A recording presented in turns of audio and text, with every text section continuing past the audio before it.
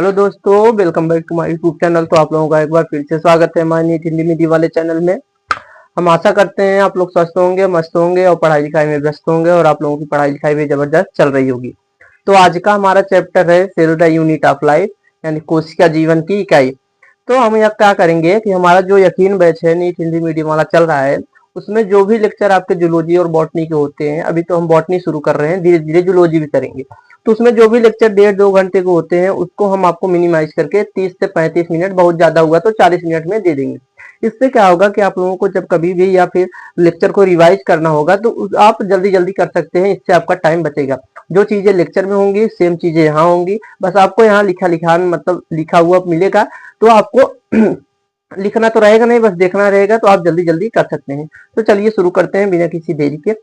आज का हमारा चैप्टर है cell the unit of life, जिसका लेक्चर नंबर फर्स्ट है। तो इसमें सबसे पहले हम शुरू करते हैं। तो इसमें क्या होता है कि जो हमारा जब एनसीईआरटी हम पढ़ना शुरू करते हैं, तो सबसे पहला पेज जब चैप्टर शुरू होता है, तो उसके पहले पेज से ही इस बार नीट 2025 में क्वेश्चन पूछ लिया गया था, जिसको जनरली लोग पढ़ते नहीं है। तो उसको भी हम नहीं छोड़ेंगे, उसको भी लेकर चलेंगे। तो हमारा क्वेश्चन क्या था 2025 में, सबसे पहले उसको देखेंगे। तो यहीं से शुरू होता है हमारा चैप्टर।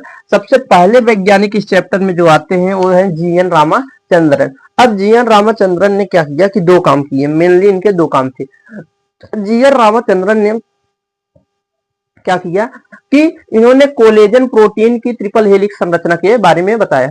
जीएन रामचंद्रन ने पहला काम क्या किया, इन्होंने कोलेजन प्रोटीन की ट्रिपल हेलिक्स संरचना के बारे में बताया और इन्होंने एक रामाचंद्रन प्लॉट दिया। रामाचंद्रन प्लॉट दिया और रामाचंद्रन प्लॉट क्या होता है कि वह प्रोटीन के स्ट्रक्चर की संरचना का अध्ययन करने में मदद करता है, उसमें सहायक था। तो ये भी क्वेश्चन पूछ लिया गया है नीट में कि जो रामाचंद्रन प्लेट है वो किससे संबंधित है। तो रामाचंद्रन प्लेट प्रोटीन के संरचना के अध्ययन से संबंधित है। तो इन्होंने दो काम इनका मेन जनरली है कि इन्होंने कोलेजन प्रोटीन की संरचना यानी ट्रिपल हेलिक्स संरचना दी और इन्होंने दिया रामाचंद्रन प्लेट, जो क्या करता है कि प्रोटीन की संरचना का अध्ययन करने में सहायता करता है। और प्रोटीन की संरचना में भी कौन सी संरचना, एक अल्फा स्ट्रक्चर होती है और एक बीटा स्ट्रक्चर, उनका अध्ययन हम किसकी सहायता से करते हैं, रामाचंद्रन प्लेट की सहायता से। तो रामाचंद्रन प्लॉट किसने दिया, रामाचंद्रन, जीएन रामाचंद्रन ने, जो हमारे इस चैप्टर के पहले वैज्ञानिक है। तो इनके बारे में ये दो चीजें क्या है याद रखनी है। अब जो हमारा नीट 2025 की क्वेश्चन की बात करें तो वो दिया था यहाँ से रिडक्शनिस्ट बायोलॉजी, यानी जिसे हिंदी में कहते हैं न्यूनीकरण जीव विज्ञान। तो कहा कि न्यूनीकरण जीव विज्ञान, इसको क्या कहते हैं, न्यूनीकरण जीव विज्ञान। ये पूछ लिया कि न्यूनीकरण जीव विज्ञान क्या होता है। जब आप एनसीईआरटी पढ़ते हैं इस चैप्टर के, तो जो पहला पेज जहां से चैप्टर शुरू होता है उससे नीचे वाले पैराग्राफ में आप देखेंगे तो वहां है इसके बारे में दिया गया रिडक्शनिस्ट बायोलॉजी क्या होता है।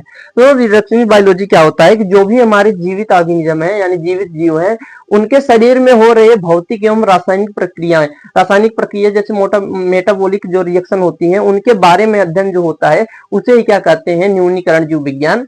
तो क्या है कि जीवित जीवों की भौतिक एवं रासायनिक प्रक्रियाओं का जो अध्ययन किया जाता है उसे क्या कहते हैं, रिडक्शनिस्ट बायोलॉजी। अब हमारा चैप्टर शुरू होता है यहाँ से। तो हमारा चैप्टर का नाम क्या है कि cell the unit of life, यानी कोशिका जीवन की इकाई है। तो सबसे पहले हम सेल के बारे में ही पढ़ेंगे। तो बात करें सेल की, तो सेल की खोज के बारे में दो वैज्ञानिक आए। एक थे सबसे पहले रॉबर्ट हुक, जिन्होंने 1665 में कोशिका की खोज की और उन्होंने जो कोशिका की खोज की वो कैसी कोशिका थी, मृत कोशिका थी, यानी मरी हुई कोशिका थी। मरी कोशिका का क्या मतलब था कि उसमें जीव द्रव्य अनुपस्थित थे। तो ये तो हमारे एनसीईआरटी में दिया नहीं है, रॉबर्ट हुक के बारे में नहीं बताया है। हम बात करेंगे किसके, एंटोनी वाल लीवेनहॉक ने। तो सबसे पहले अगर पूछा जाए कि मरी हुई कोशिका या फिर कोशिका की खोज किसने की, तो रॉबर्ट हुक थे। अगर हम बात करें मरी हुई कोशिका की खोज किसने की, तो रॉबर्ट हुक ने किया था और कब किया था, 1665 ईस्वी में। लेकिन यहीं पर अगर हम बात करते हैं जीवित कोशिका की खोज किसने की, तो सबसे पहले एंटोनी वान लीवेनहॉक नामक वैज्ञानिक ने जीवित कोशिका को देखा। और वो जो जीवित कोशिका की खोज की, जिस जीवित कोशिका को देखा वो कौन सी कोशिका थी, जीवाणु कोशिका थी, यानी बैक्टीरिया थी। ठीक है। अब इसी में दिया है कि रॉबर्ट ब्राउन ने क्या किया था, केंद्रक की खोज थी। हालांकि जब हम केंद्रक पढ़ते हैं तो वहां इसके बारे में विस्तार से बताया गया है, लेकिन यहाँ पर बस आप इतना जानिए कि रॉबर्ट ब्राउन जो थे, न्यूक्लियस की खोज किसने किया था, रॉबर्ट ब्राउन ने किया था और कब किया था, 1831 ईस्वी में। 1831 ईस्वी में। अब इसी के बाद आता है कि जब कोशिका हमारी खोज हो गई कोशिका की, तो कोशिका संरचना उसकी विस्तृत अध्ययन कब हुआ? तो कोशिका क्या थी, कितनी छोटी थी, जो हमें दिखाई नहीं दे सकती थी, सूक्ष्म आंखों से, नग्न आंखों से हम नहीं देख सकते थे कोशिका को। तो जब इलेक्ट्रॉन सूक्ष्मदर्शी यानी इलेक्ट्रॉन माइक्रोस्कोप का खोज हुआ, तो उसके बाद जब इलेक्ट्रॉन माइक्रोस्कोप का खोज हुआ, तो उस इलेक्ट्रॉन माइक्रोस्कोप के बाद जब उसकी खोज हो गई, तब न हमने कोशिका की विस्तृत संरचना का अध्ययन किया। उसके बाद ही ये जो संरचना थी, इसके अध्ययन का क्या हुआ, अध्ययन विस्तृत रूप से हुआ, क्योंकि हम कोशिका को नग्न आंखों से नहीं देख सकते थे, उसके अंदर संरचनाओं को नहीं पहचान सकते थे। तो जब इलेक्ट्रॉन माइक्रोस्कोप हुआ, इसकी खोज हुई, तो इसकी सहायता से हमने उसके अंदर झांक के देखा, तो हमने उसकी क्या की, विस्तृत संरचना का अध्ययन किया। अब इसके बाद आता है, इसमें हमारा अगला टॉपिक है जो कोशिका सिद्धांत। अब कोशिका सिद्धांत की बात करें तो कोशिका सिद्धांत कब दिया गया, 1838 और 39 में। यानी इसमें दो वैज्ञानिक आए, एक था मैथिलियस स्लाइडन और दूसरा क्या था, थियोडोर स्वान। अब मैथिलियस स्लाइडन और थियोडोर स्वान क्या है, जो हमारी पुरानी एनसीईआरटी है, इसमें दिया है कि ये क्या थे, जर्मन बोटनिस्ट थे, यानी जर्मनी के रहने वाले वनस्पति प्राणी शास्त्री थे, जो पेड़ पौधों का अध्ययन करते थे। और हमारी पुरानी एनसीईआरटी में दिया गया है कि ये जो स्वान था, ये ब्रिटिश जूलॉजिस्ट था, यानी ब्रिटिश का मतलब है ब्रिटिश देश है, और जूलॉजिस्ट का मतलब जंतु प्राणी शास्त्री था। लेकिन आप इसको काट कर वहां पर जर्मन कर लीजिए, जहां क्या दिया गया है, ब्रिटिश दिया गया है, क्योंकि नई एनसीईआरटी जो आई है उसमें इसको भी जर्मन कर दिया है, तो दोनों जर्मन के हो गए। ठीक है, तो स्लाइडन हमारा क्या था, जर्मन बॉटनिस्ट था, और जो हमारा स्वान था वो क्या था, जर्मन जूलॉजिस्ट था।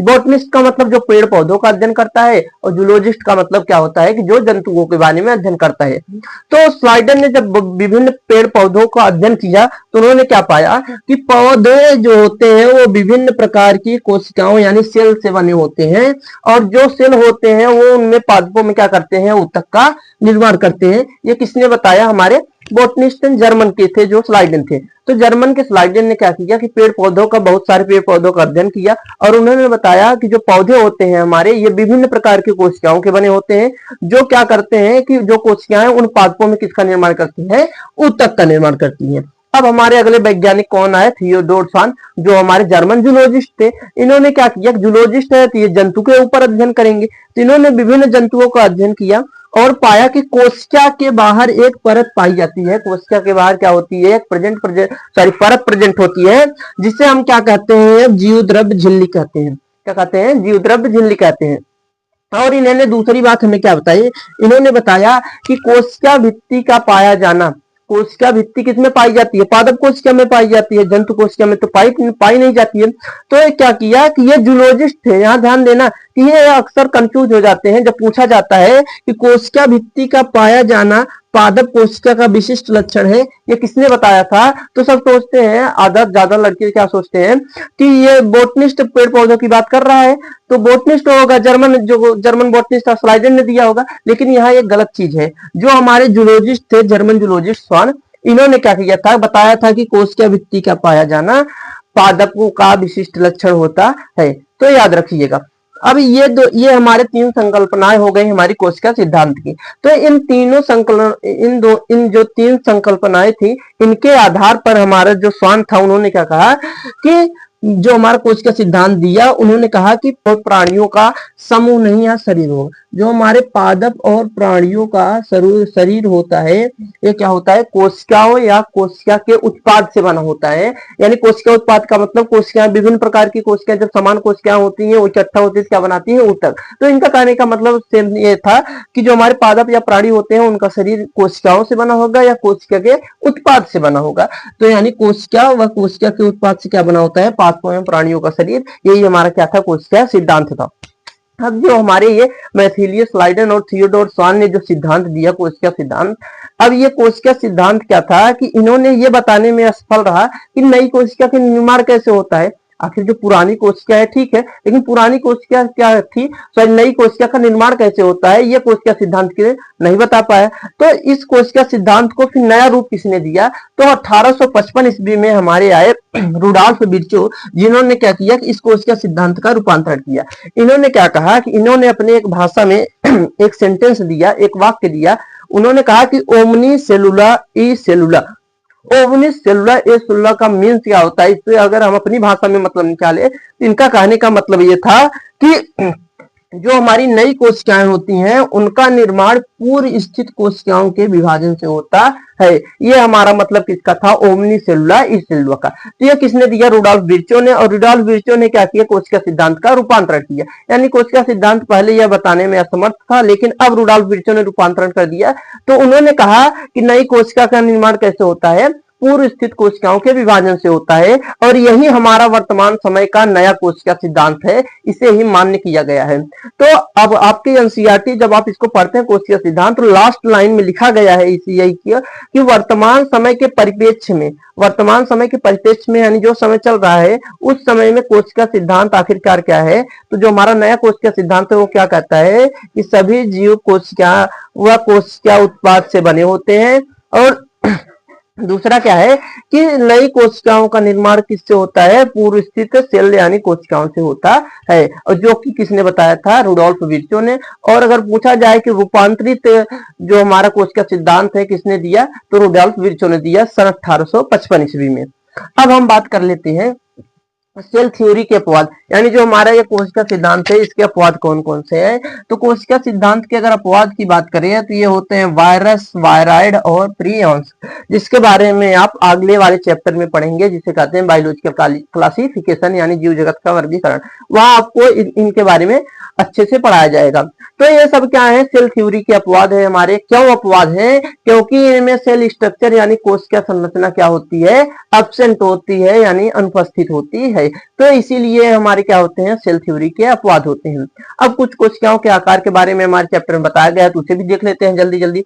अब बात करें सबसे छोटी कोशिका की, तो सबसे छोटी कोशिका क्या होती है, माइकोप्लाज्मा, जिसका आकार कितना होता है 0.3 माइक्रोमीटर। अगर बात करें हम यहाँ पर क्या है कि माइकोप्लाज्मा में ही ये जो पीपीएलओ होता है, कहते हैं कि पीपीएलओ, तो पीपीएलओ का आकार 0.1 है, तो इसे क्यों नहीं लेते। बता दें कि जो आपका पीपीएलओ होता है ये भी एक प्रकार का क्या है, माइकोप्लाज्मा है। और सबसे छोटी जीवित कोशिका पूछा जाए तो आप क्या बताएंगे, माइकोप्लाज्मा, जिसका आकार 0.3 माइक्रोन होता है, और पीपीएलओ का आकार 0.1 माइक्रोन होता है। अगर पीपीएलओ का कहीं पर आपको फुल फॉर्म जानना हो तो इसे कहते हैं प्लूरोनिमोनिया लाइक ऑर्गेनिज्म। ठीक है, ये हमारा क्या है, पीपीएलओ का फुल फॉर्म है। तो इसे कहते हैं प्लूरोनिमोनिया समजीव हिंदी में। अगर बात करें सबसे बड़ी कोशिका की, तो हमारा क्या होता है, शुतुरमुर्ग का अंडा होता है। अगर बात करें सबसे लंबी कोशिका की, तो हमारी न्यूरॉन सेल होती हैं, यानी तंत्रिका कोशिकाएं होती हैं, जो लंबी और क्या होती हैं, शाखित होती हैं। अगर बात करें हमारी जो बैक्टीरिया सेल होती है यानी जीवाणु कोशिका होती है, उसका आकार 3 से 5 माइक्रोमीटर होता है। और जो हमारा आरबीसी होता है ये क्या होता है, 7 माइक्रोमीटर होता है। ये हमारा है लेक्चर फर्स्ट। अभी इसमें कुछ चीजें बाकी हैं जिसको हम अगले वीडियो में अपलोड कर देंगे। उसमें क्या है कि आपको प्रोकैरियोटिक और यूकैरियोटिक कोशिकाओं के बारे में बताया जाएगा। तो आज का लेक्चर यहीं तक रहेगा। हम आशा करते हैं आप लोगों को समझ में आया होगा। अगर कहीं भी दिक्कत आ रही है तो जरूर आप कमेंट बॉक्स में बताइएगा, और वीडियो को लाइक एंड शेयर जरूर कीजिएगा। थैंक यू, धन्यवाद।